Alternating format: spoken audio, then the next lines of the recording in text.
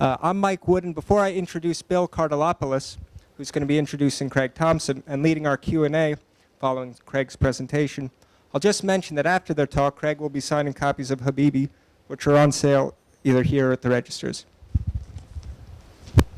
Bill Kartalopoulos teaches classes about comics at Parsons, the New School for Design. He also co-organizes the Brooklyn Comics Graphics Festival, is a contributing editor at Print Magazine, reviews comics for Publishers Weekly, and has curated several comics-related exhibits, including cartoon polymaths at the Sheila C. Johnson Design Center. He recently assisted Art Spiegelman on the production of MetaMouse, a book and DVD about the making of Mouse. No. Thank you very much. Is this working? Okay. Thank you very much. The person we're all here to hear from today is Craig Thompson. I assume that for many of you in the audience, Craig needs no introduction. Craig was born in 1975 in Traverse City, Michigan. Tomorrow is his birthday. Whoa, that's weird. Let's just get that out there. Thank you. But professionally, many of us first came to know Craig's work in 1999 with the publication of Goodbye Chunky Rice. That was your first book project. Yep. And that was kind of a bittersweet anthropomorphic fable about letting things go. After that, your next major work was Blankets, which was published in 2003, a kind of semi-autobiographical Bildungsroman about first love, heartbreak, and disillusionment with religious faith. And that was a real breakthrough work that won every major comics industry award in the United States, the Eisner-award, the Harvey Award, the Ignatz, and was honored internationally. It received the Prix de la Critique at the Festival de Bande Dessinée in Angoulême, the major European comics festival. Since then, Craig published Carnet des Voyages, a visual travel diary in 2004, and in 2007 won a Grammy Award for the design of a record album cover. But principally since then, you've been working on the book that we're here to celebrate and to hear more about today, Habibi. So first of all, please join me in welcoming Craig and being here today.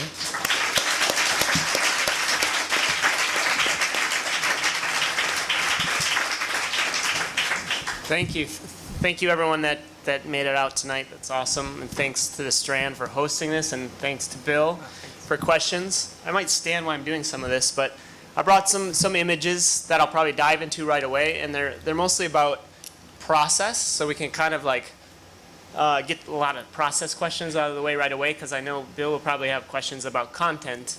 Yeah, I think I'll just dive into them. I don't know if they're going to lower the lights, but it might be kind of interesting to start everything in darkness. And I might stand too. Nope, I'm not going to stand. I don't think this moves. But yeah, these are the 4 books that Bill was mentioning. And the slides I brought are to sort of justify the gap between my last book in 2004 and Habibi now, today. This is the big launch, 7 years later. And so what have I been doing in all that time? And I have some images to sort of walk through the process of what it takes to sit and hole up in a cave for several years and create a graphic novel. But I'm probably best known for Blankets, which came out in 2003. And after Blankets, this is high school Craig. I was really sick of drawing myself and these mundane Wisconsin landscapes. And that's a process I always go through after finishing a book. I'm just really sick of what I'm drawing. So I wanted to create something different, something outside of myself and something bigger than myself. And I had 2 different trajectories that I was originally contemplating. One was like a gigantic fantastical epic, like Lord of the Rings or something, which might be typical of comic books. And the other was to do something that was more journalistic and maybe nonfiction, like Joe Sacco's comics journalism. And it feels like Habibi met somewhere in the middle. It's a fairy tale that takes place in a sort of Arabian Nights landscape, but it draws on a lot of like contemporary themes of religion and sexuality and water crisis. So 7 years, that's a long time. Here's just a quick run through of what sort of like how I put the book together. And it started first just in my sketchbooks with brainstorming and doodles. But very early on when I was considering these two different styles, I did have like a sort of subconscious nugget that was delivered to me, and that was these two leading characters that are escaped child slaves. And who knows where they came from? They comes from a dream world. But they sort of arrived as fully realized characters, and I just didn't know the world that they inhabited. And I was researching the history of slavery and getting really interested in the sort of like East, like African Arab slave trade, which took place 700 years before our own transatlantic Holocaust. That drew me into the world of the 1001 Nights, which is this crazy, as people know, this crazy bawdy, sexual, humorous, violent, adventurous collection of Arabic folktales. But the version I was reading was a Richard Burton translation. So right away I was also aware that it was sort of filtered through a Westerner's eyes, and it was like also filtered through his prejudices and his own like sort of fixations. And at that time I started researching more Arabic calligraphy and Islamic arts, and getting really inspired by that. Starting with calligraphy. These are the first pages of the sketchbooks. Maybe the very first page in my sketchbook around Habibi. With Arabic calligraphy, which has been described as music for the eyes, a notion that really resonated with me as a cartoonist. Because it's, well, Chris Ware, for instance, the cartoonist many of you may know, talks about comics as pictures that you read, whereas calligraphy are words that you look at and that you can just absorb and appreciate for their visual detail and their musicality and their flow and their rhythm and the movement in them. It's a cursive language, and as a cartoonist, that's something I aim for in my drawing, a sort of cursive, handwritten line in the drawings I make. And my earliest sketchbooks were really just like ripping things off. I mean, absorbing a lot of photo reference here. So starting with visual things that inspired me, and moving on to collecting ideas in my sketchbooks. And so I was researching a wide array of different things. We could talk about that later. But in these same sketchbooks that I was researching in, you can see that the drawings are always present. I never work exclusively in words. When I'm doing like a written version of my book, it's still full of drawings. And in this same sketchbook that I was collecting research and notes, I made an outline and I just started drawing the book in a very stream of conscious way. One panel after the next. And it flowed this way. Actually, it didn't flow that way for very long. It lasted about 1 week. So yeah, there's January 5th, 2004, a long, long time ago, is when I first started writing the story. And then this gap here is January 12th, and then January 27th, and then nothing. My flow got disrupted there for 9 months. When I was touring with blankets, I was traveling a lot. I did my book Carnet de Voyage, and so I had a 6-month book tour, and then the other 3 months were sort of just like recovering from that, recovering my health, finding a new place to live, doing all that stuff that everybody who's from New York probably can associate with, of like just getting all my ducks in a row again, setting myself up in a new apartment, and that's when I returned to writing Habibi.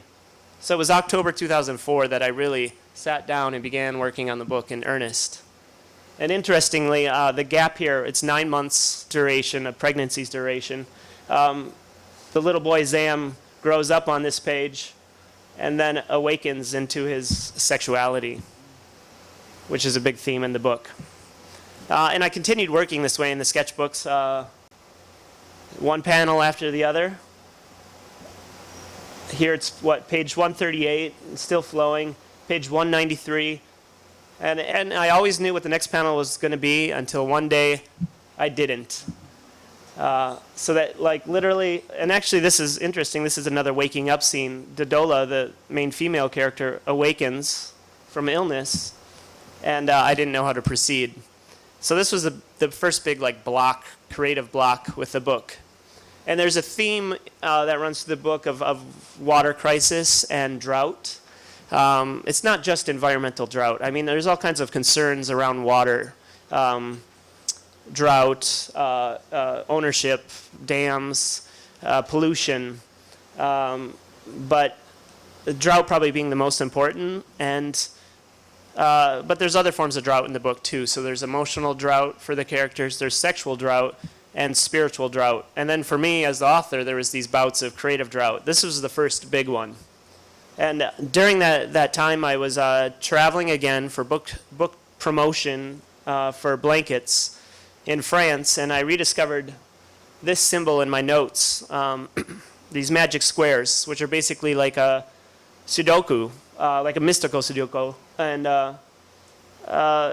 you know, in drawing classes and photography, the first thing they teach you is you need a frame to compose within. And what I needed essentially was 9 frames. So it's this magic squares, which are 9 squares, each containing an Arabic letter that also has a numeric value. And I started thinking of this as a structure for the book, where there could be 9 chapters, and each chapter was represented by an Arabic letter and the meanings surrounding that letter, and the number and the geometric design. And so it was a skeleton, a frame that I could drape the rest of the narrative on. And this is also from my sketchbooks. I was doing this thing where I would illustrate Rumi poems because Sufism was a huge inspiration for the book.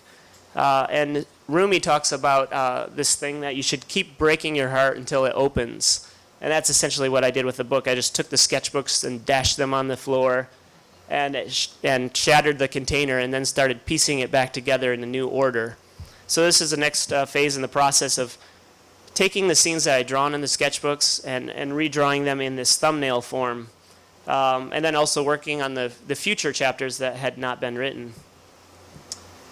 And in the thumbnails, I'm working in ballpoint pen just on like typing paper. And for the first time, I'm thinking about page composition, what's on a page and what's also on facing pages or spreads.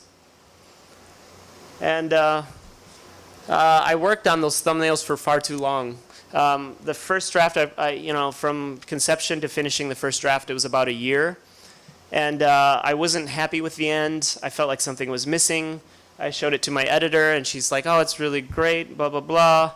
But something's missing, and the end doesn't quite work. So she felt the same way, except there was really no way to solve that.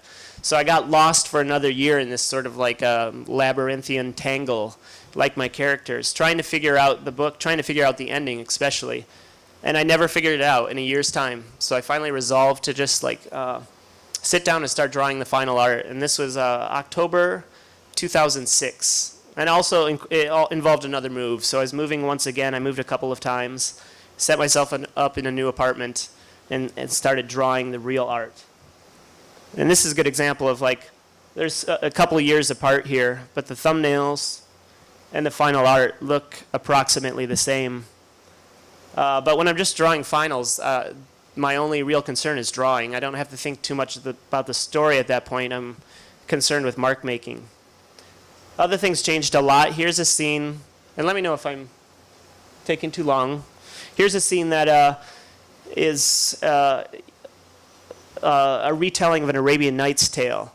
And Dodola, who's the main, one of the main characters in the book, is a sort of Scheherazade, where she's telling stories for survival. And at first, I'd have her recycle a lot of stories for the Arabian Nights, because that was an early inspiration.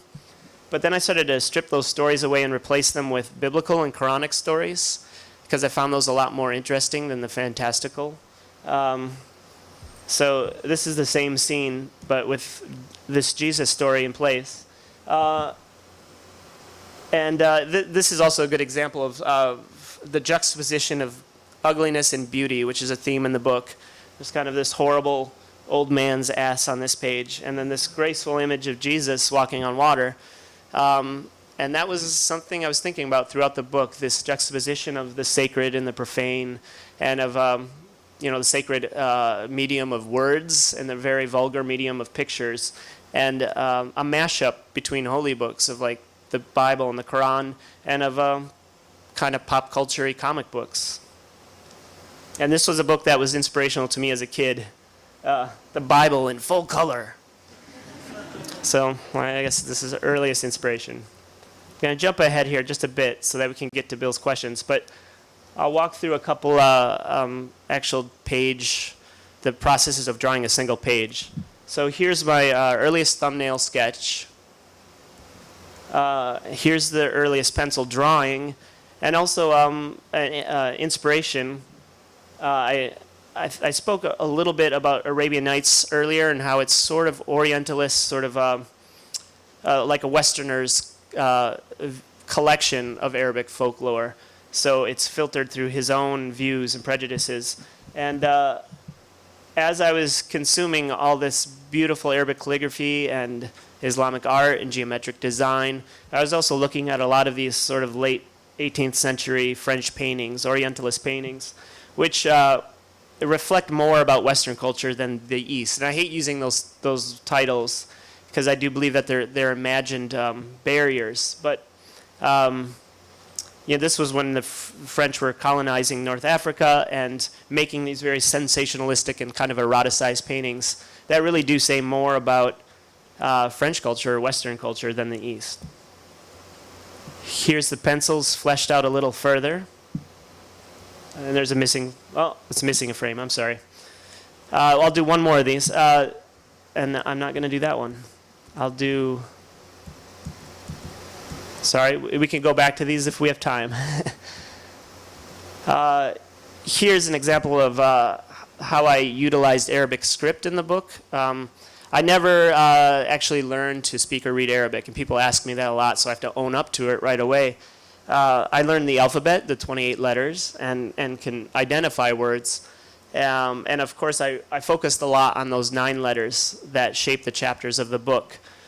I had a good friend who was helping me with translating things. Occasionally, I would write text in English, and then she would translate it into Arabic. But even then, I was using, I would type things into TextEdit on my Mac and kind of shuffle things about, and then lightbox them and trace them with brush onto the pages. So this was the earliest sketch for a page. And this was a poem I wanted to use. It's by Badir Shakir al-Sayyab, who's an Iraqi poet.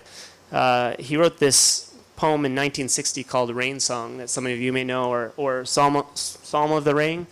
And it's, oh man, I wish I could read it right now. It's a poem about the death of his mother, but also about being a refugee and an exile. His mother died when he was 2. His father sent him to live with his grandparents when he was 6. He grew up in Baghdad, or that's where he went to school. But then he was exiled to Kuwait for his political stances. This was British colonization, and he was a Marxist and a communist. He taught English. He was really actually obsessed with English literature and poetry. But for pretty much his whole life, he was in exile and imprisoned and punished for his poetry and his political beliefs. And he wrote this in 1960 when he contracted like this really debilitating sort of paralysis where he was paralyzed from the waist down, which does resonate with a character in the book who is, I don't know if I can talk about it now, it might be a spoiler, but the song is really about the death of his mother. And so I reorganized it in Photoshop and then sort of construct a page and then trace it with my brush, and it's a watercolor brush, so I trace the text then onto the page. So the song is about a relationship between a son and his mother, and also about Iraq and about living in exile. And I think that's a good image to end on, and we can jump into Bill's questions. So thanks. Okay, thank you very much, Craig. Thanks.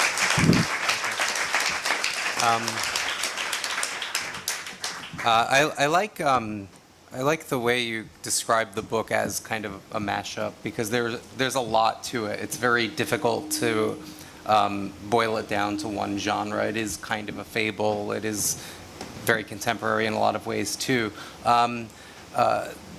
But one of the things that struck me about it is that if I just had to like pick one word to describe what it's about, it's basically a romance. And I think when you're producing these kind of very dense works and they're, long in coming, there's a temptation to compare them to your other books. And I think certainly, I haven't looked at too many of the interviews you've given already for the book, but it seems like there is a desire to find connections between those books. And you talked a little bit about how you wanted to get away from autobiography. And one of the things that struck me as well is that Chunky Rice and Blankets are both about kind of disconnections ultimately, whereas this one is about people who are trying to find a connection. Was that also a kind of conscious thematic change for you, of trying to get away from a book that's on sort of a course towards separation? I don't think most of the process is conscious. Yeah, I guess there's a theme in my books of like two characters who are outsiders, who sort of create a shelter within each other in a horrible and cruel world, and there's plenty of that in this book. But perhaps it's hard to talk about some things without spoilers, but I mean, I think there's also within this book a realization that you can't really idealize another person in that way. Like, you have to find a certain salvation within before you can find it with another person. One of the, I think, probably obvious questions, but sort of obvious for obvious reasons, that comes up around this book is that you are addressing Middle Eastern themes during a decade in which the United States' engagement with that region has been intense, complicated, and problematic. Did you consider that topic something that was appealing to you because of sort of political and recent historical events? Well, yeah, I mean, there isn't like a specific political message. As far as my own inspiration, I felt like Islam was being vilified in the media. It's certainly like a new age of Islamophobia and Orientalism, and I, for myself, being sort of ignorant, well, very ignorant of the culture and religion, I wanted to learn more about it. And the more I talked, I really extended my circle to have more Muslim friends, which before Habibi I didn't have. And the first things I discovered was that we had far more in common and more connections than differences. And that at first was just in recognizing that their lifestyles and morals, and definitely the stories that shaped them, were the same as my own, coming from a sort of evangelical Christian background. And then once I actually started reading the Quran and whatnot, I realized that it was so interwoven with the biblical stories. And in a way, I connected with the book more than the Bible, in the sense that it reminds me of my favorite books of the Bible, like Ecclesiastes or Song of Songs, or the more poetic. There's a conciseness, I think, in a poetry to the Quran that inspired me. And right away, I think it was, it seems stupid to me now, but I had revelations about how important Jesus was in Islam as the second most important prophet, and then all the different prophets from Abraham, who's the connecting father. But in a way, too, it's not really about religion. I hesitate to say that, because I was inspired maybe more so by the more esoteric takes on all those faiths. So in Christianity, the Gnostics, in Kabbalah, and in Judaism, and then the Sufis in Islam, and this sort of sense of the ecstatic perception of the divine, and sort of a bringing down of barriers between cultures and the things that separate people. Yeah, and it is worth noting that, like you pointed out, that image of Christ that's in the book, and it's not just that you were bringing in a biblical story, but that is a sort of alternate take on that figure from the pages of the Quran, if I remember correctly, right? Yeah, there's some great stories of baby Jesus that are in the Quran that don't exist in the Bibles, and those were juicy tidbits when you would get like stories that you'd never heard before, And yeah, so it's about these connections. It's about like all these religions all flowing from the same source, and there's slight divergences in their paths, and those are equally sort of enlightening and inspiring. And one thing, of course, that would be like very relevant to a cartoonist during the process of this book is there was the controversy surrounding the Danish publication of the Muhammad cartoons in 2005 that led to like riots and like hit lists and all sorts of like terrible things. Was that something that you paid attention to or had in mind at all when you were treating some of this material? I didn't really pay close attention. I had friends that would be worried about it. But I mean, I think my dialogues were fed more by my conversations with Muslim friends and just knowing that they themselves were very open-minded and open to dialogue. And these more extreme things that were going on were just a different brand of sort of fundamentalist culture that you really have no control over. And also, I think there's a big difference in intent. A lot of those cartoons were deliberately supposed to be provocative or insulting. And that was never like the objective in my own work. Like, it was approaching things with reverence. So there were certain issues that I wanted to be particularly sensitive about, and I would consult my readers. Occasionally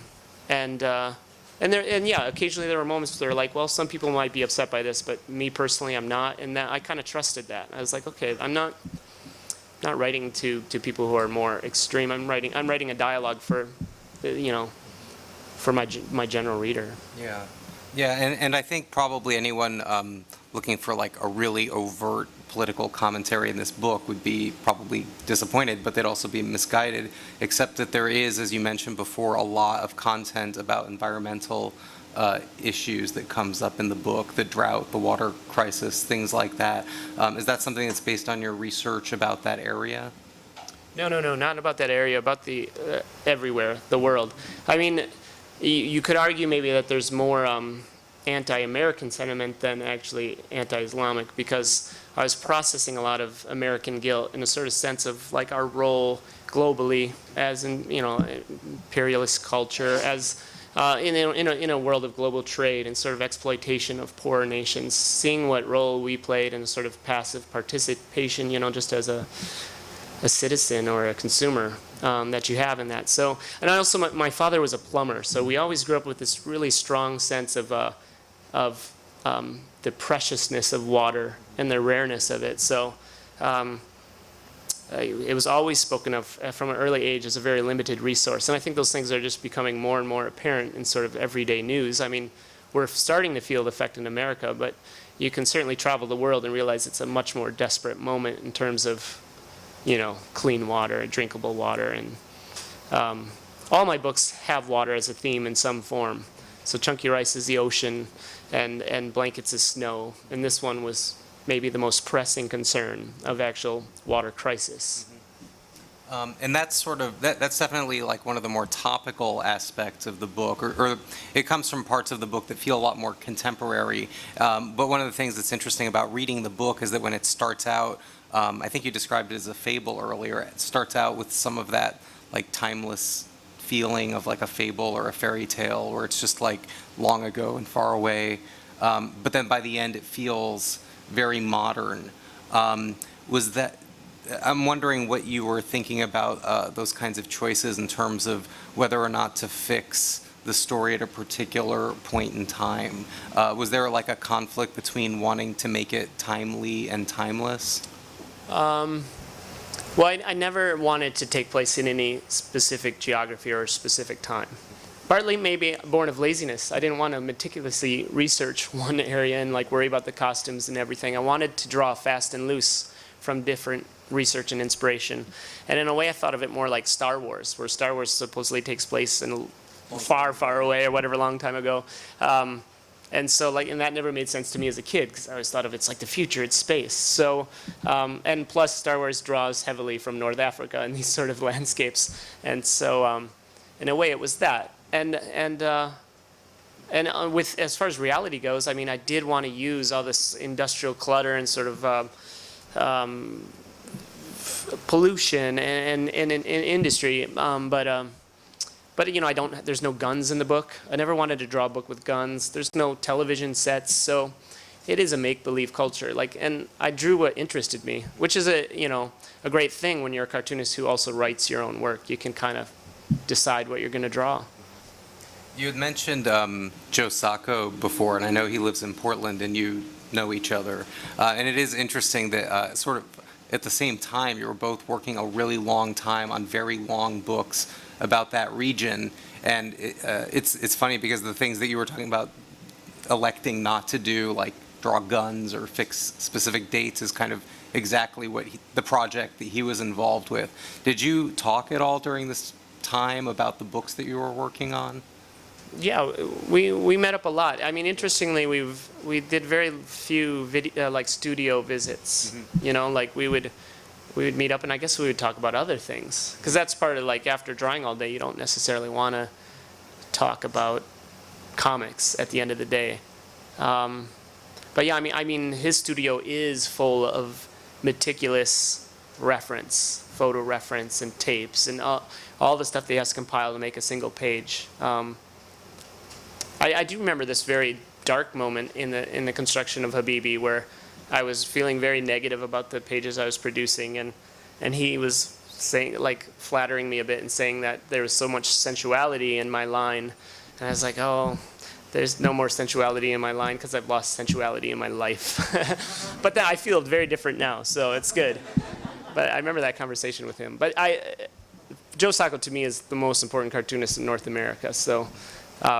You know, that's it might sound a little watered down because he's also a friend, but he's sort of like Adrian Termine has Dan Clowes. I have, like, Joe Sacco. He's like this mentor and inspiration to me. So. Did you, I know it sounds like you probably didn't talk a lot about the content of your work, but did you like share tips for just how to stay focused for the many years that it takes to work on a project like this? Or did you develop strategies of your own that allowed you to bear down over a period of many years? Yeah, I mean, it's just sort of like running a marathon. It's, or maybe, I mean, it's just like you pace yourself. So it's just like you have to work every day, and you have to put in at least 8 hours every day. But I generally didn't do more, because if you do more than that, you're going to kind of destroy yourself. So it's like sprinting nonstop. You don't want to sprint. You just want to plod away. I have a painter friend that describes painting as mowing the lawn. Just got to get up and get it done. So there's like all those days where it's not inspiring. You're not like working on inspiration. You kind of have to pretend you are at a lot of moments, you know. But it's just punching clock, putting in the hours. Because the fun part of creativity and of art is the daydreaming part, where you can visualize some sort of object, and then the rest is a lot of grunt work to realize it, you know, and a lot of frustrations. Did you have to develop a lot of, I mean, this isn't your first very long book. Does that kind of self-discipline come naturally to you, or did you have to develop that? Yeah, no, I think it comes naturally from being a Midwestern boy, working class family. Yeah, and actually my my relationship with comics is really tied up with my relationship with sort of manual labor, because when I was a little kid, my brother and I started working in ginseng fields, which are the main agriculture where I grew up in central Wisconsin, is ginseng, which I just had some delicious ginseng tea a moment ago at the Korean restaurant near here. But yeah, we started working there. I was 10 years old. He was actually younger. He was almost 7 years old, and they were paying us $1 an hour, and that's what fueled our comics obsession. Is like every hour we worked, we could buy a comic book. So, and we would work 40 hours a week throughout our summers as kids, and that's how we amassed our comics collection.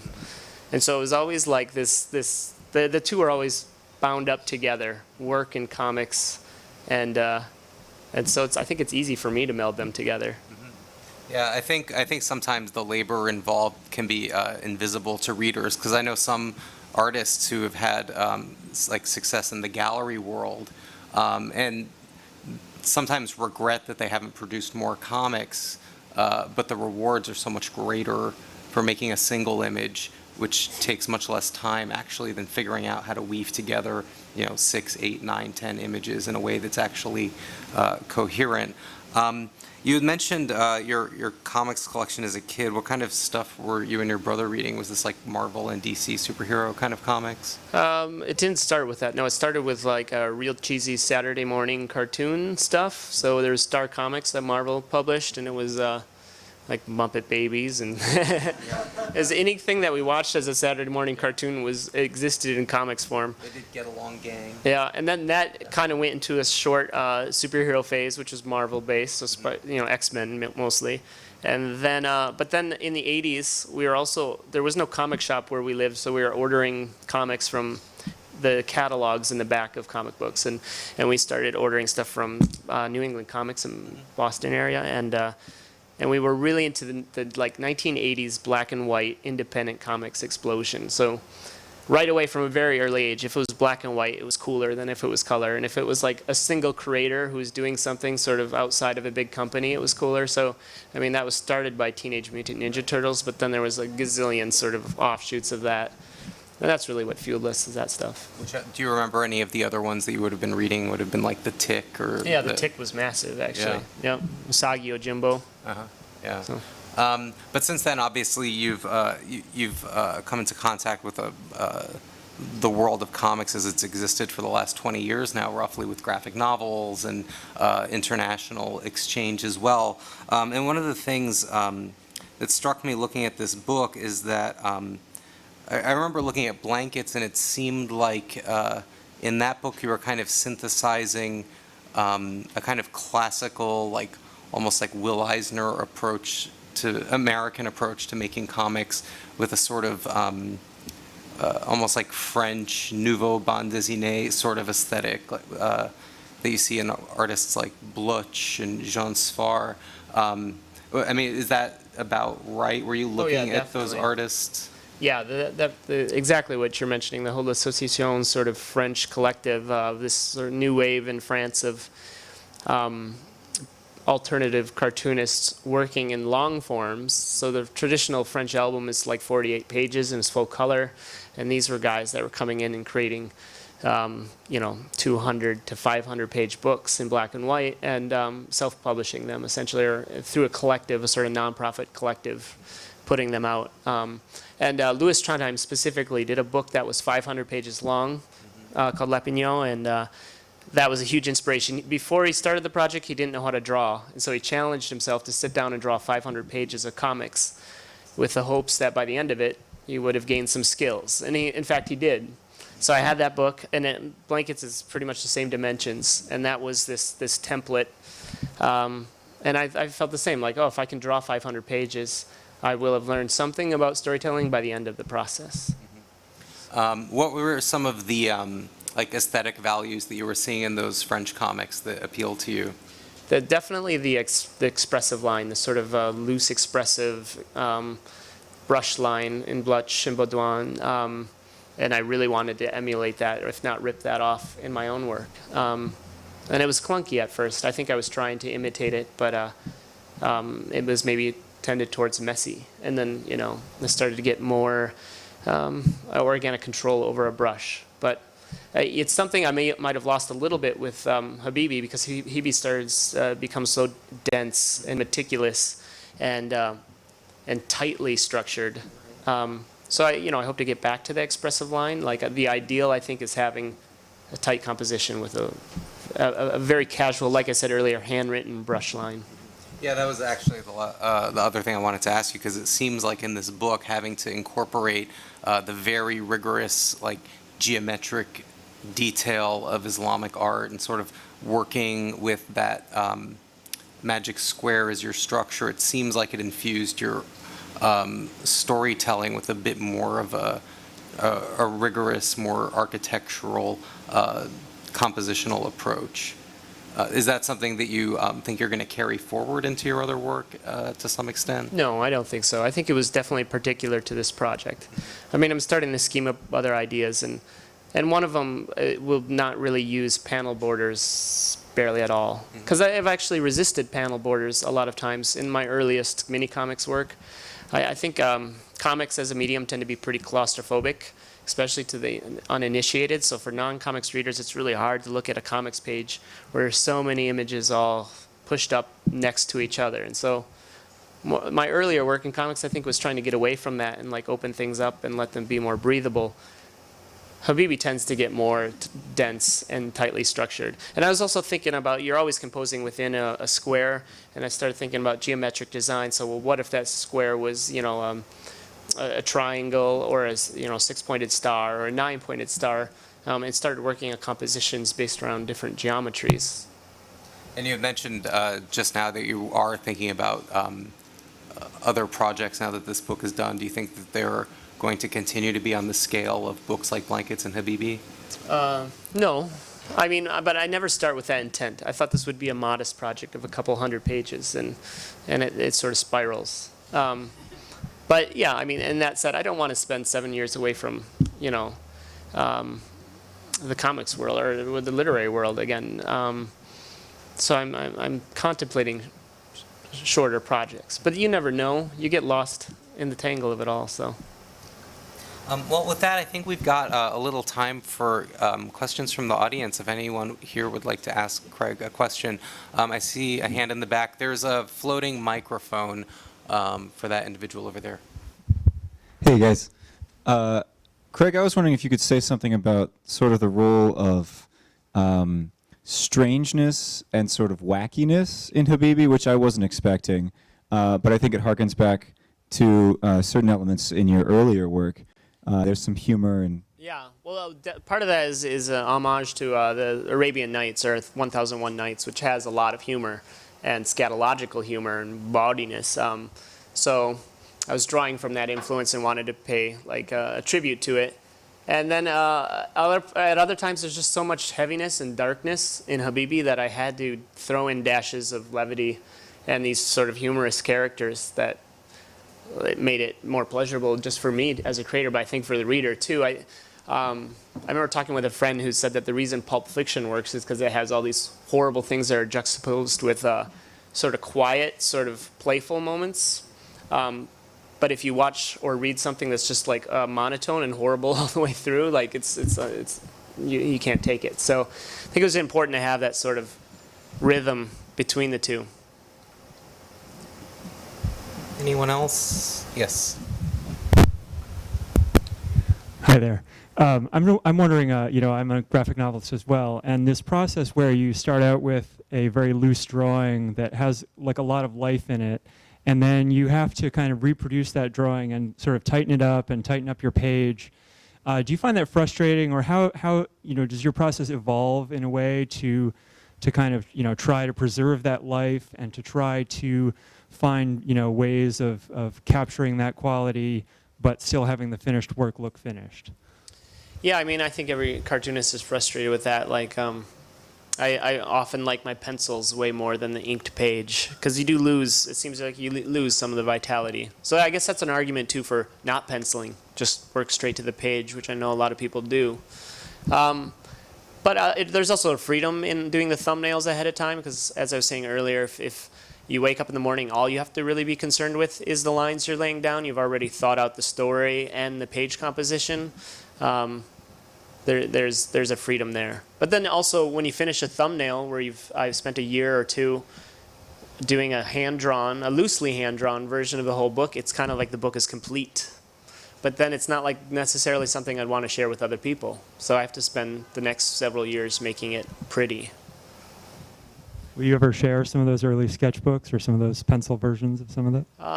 Maybe, I don't know. I put little snippets on my blog as I was working on the book, but who knows? I don't know. I have thousands of pages of that stuff, so. Yeah. I actually didn't know that you had done an album cover and won a Grammy for it, which is pretty awesome. What is your relation to illustration or sort of any sort of graphic design work, and do you do that a lot? Do you enjoy that? Yeah, I mean, I worked as a graphic designer before I was a cartoonist. I used to drive a delivery van for a newspaper and somehow got promoted to the graphic design department. It's because I would draw on the dispatch board, and they asked me to apply for an opening in design. And it was a really low-level grunt at a newspaper, but I did that for a year, and then I worked at an advertising agency. And then the last real job I had was working as a graphic designer at Dark Horse Comics in Portland. And so then I kind of also got my foot in the door in comics. But after that was my last real job. After I quit it, I was doing illustration for a career. So all the Blankets I was making a living as an illustrator. That's where my income was. And I found a way to kind of split up half my time, so half of my week was, or half of my month was illustration, and then half was working on blankets. And Bill mentioned like,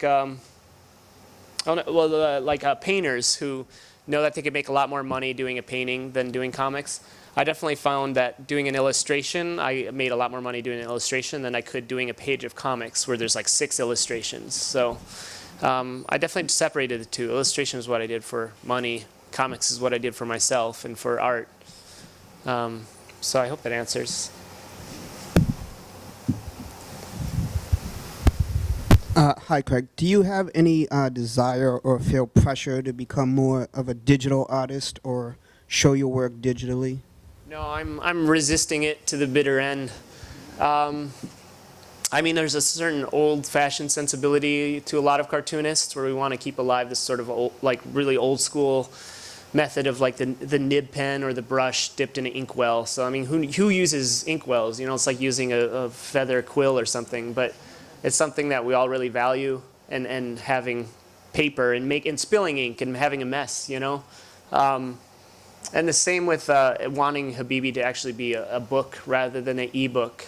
I think ebooks make sense. I mean, it's easier to cart around a bunch of novels on some e-reader, but it's still not the way to read graphic novels. I think graphic novels will keep a foot in print longer than other forms, and that there's something really like intimate about drawings on a page.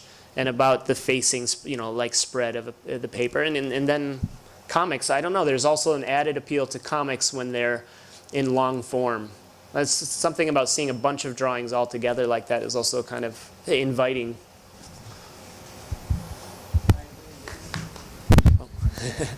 Hi, Craig. Hi. First of all, I just wanted to say that I feel like I couldn't exist in a world where there was no blankets. So thank you for that. Thanks.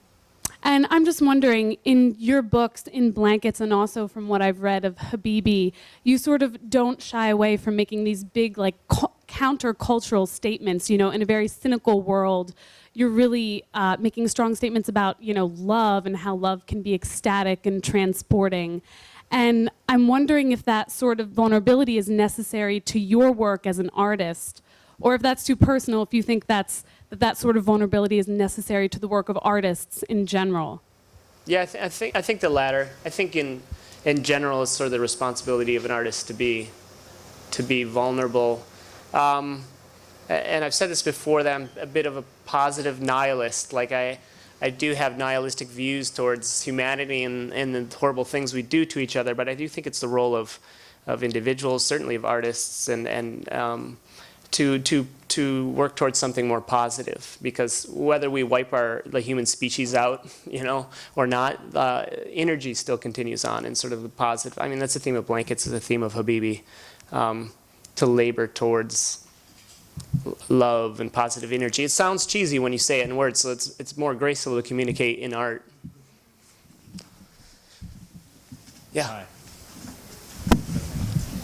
It should be on. Okay. I was actually I was fortunate enough to get to read Habibi over the last week or so. Actually, I was actually up till 2 a.m. on Sunday night reading it, and I was tired the whole. So take that as very high praise indeed. But the strongest parallel between that and Blankets, I thought, and I guess not so much in Goodbye Chunky Rice, but was this concept of sexual shame, which I was obviously took, no spoilers, but certain personification in Habibi, and then it was also a huge theme of Blankets. But where in Blankets, it seemed very tied to the concept of religiosity and religion in general. And in Habibi, it was somewhat separated from that, or that didn't seem to be its origin. And I just wondered what your commentary on that might be, and whether that might have anything to do with maybe your more personal connection to Christianity as opposed to Islam. Yeah, I don't know if actually Islam has as much guilty neuroses around sexuality as Christianity does, in our sort of puritanical roots. But I wasn't actually thinking of that. I mean, I did know that this was going to be a book about sexual trauma. and I've always wanted to do a book around those themes. Partly because I believe everyone has gone through some sort of sexual trauma, whether that's something serious like rape or abuse, or just like this sort of religious abuse of having a certain sexuality imposed on you, or just the natural sort of clumsiness of awakening into your sexuality. And for my yeah, it's hard to talk about some of these personal things, but definitely growing up, there was the rape of some people very close to me that shaped a lot of my own views of sexuality. That was coupled with the religious training, and those are things I wanted to examine in the book. And I was really curious if two sexually damaged characters could come together in a place of healing, perhaps with each other. Hi. Do you have any advice for, say, the young and inspiring cartoonists, like in all of us, I guess? I always say just finish whatever you're working on, because I had a bad habit back in the day of starting and abandoning projects. And so it wasn't until I actually finished a book, which is Goodbye Chunky Rice, and I had some encouragement towards doing that, that my book was able to have a life outside of me. So I think that's just the beginning. Even if the book isn't successful, you push it out of its nest and it just falls straight to the ground, it still is like you've given birth to it. So you can, I don't know, it's out of you. It's good to get those things out of you and onto paper.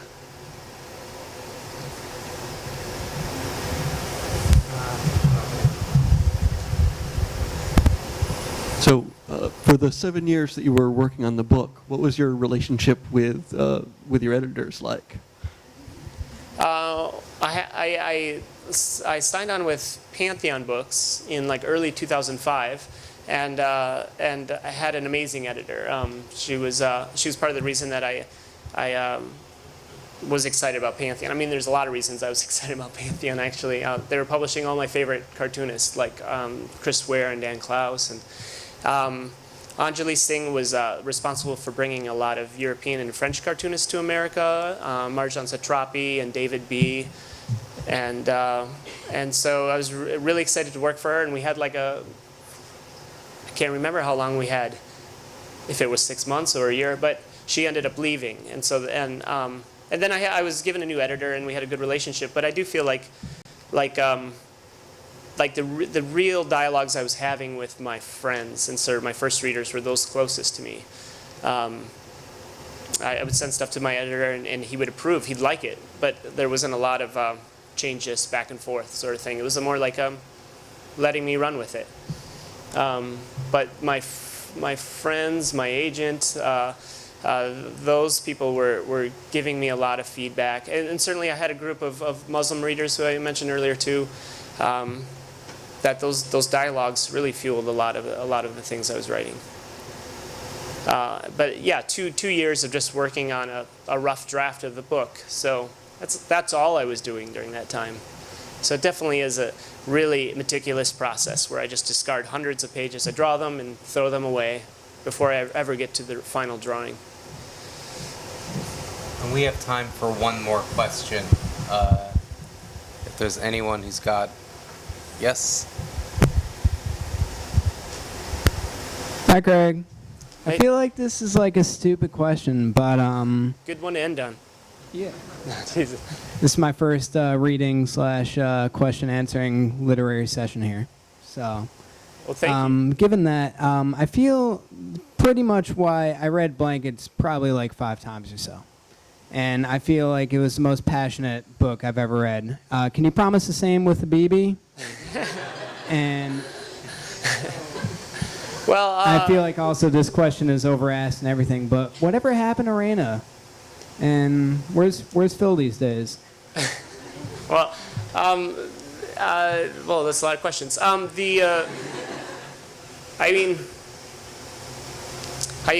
I'm hoping that it'll resonate in the same way with readers. I mean, that's one of the reasons I took so long, is that, I wrote 10 variations on the ending and discarded them because I was searching for the ending that was truthful. And that's a weird thing when you're writing fiction, because all the fiction is making up lies, essentially. And yet you need to find honesty in the midst of that. So, you know, I don't know how people react to it, but that's what I'm aiming for. I never begin with an ending or a message that I want to impart. It's more about creating dialogue and questions, and then looking for that space that feels very honest, and maybe isn't an ending, because there aren't truly endings in real life. A book has to end in a place where the character then carries it on within them. It's like you pass on the torch, and so, you know, if Blankets has had like that effect on you, that's awesome, and I hope that's because, you know, you continue to have your own relationship with the book. It's like the author can step aside at that point, and that's, again, like I was saying before, that you have to get the story out of you. I think it's important to get these like chaotic sort of, like this chaos out of you and contain it within some sort of form, and then share it with people, and then they begin a dialogue with it. So, hoping you find the same experience with Habibi. Okay, please join me in thanking Craig for being here.